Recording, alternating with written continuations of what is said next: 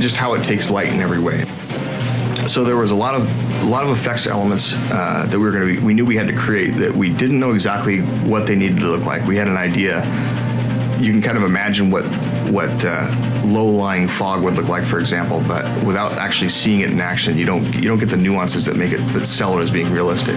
So one of the things that we did was we rented out a studio and we went and we shot practical effects, basically.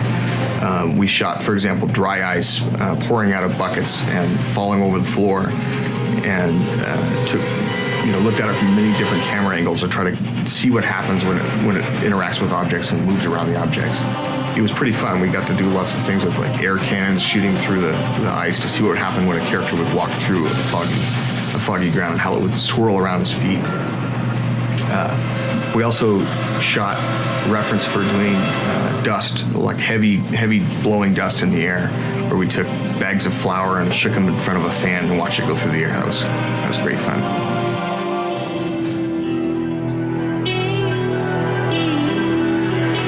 So compositing is a process that we use quite heavily here, and it allows us to really fine-tune the look of our shots in a fairly interactive way.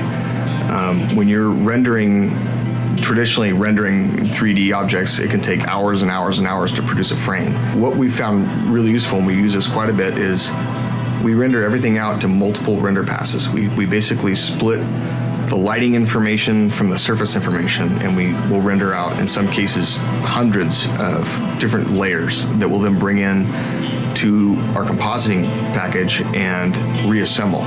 And when we reassemble it, that allows us to actually have fairly detailed control over each aspect of the lighting and the shader itself, how it reacts.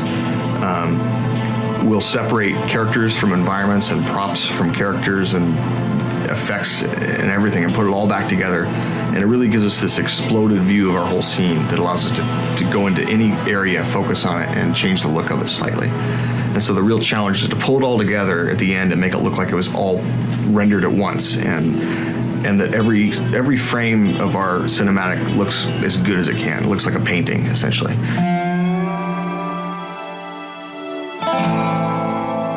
So story mode is basically the single-player campaign of StarCraft II, and cinematics part of it is to basically tell the story through story mode in the game.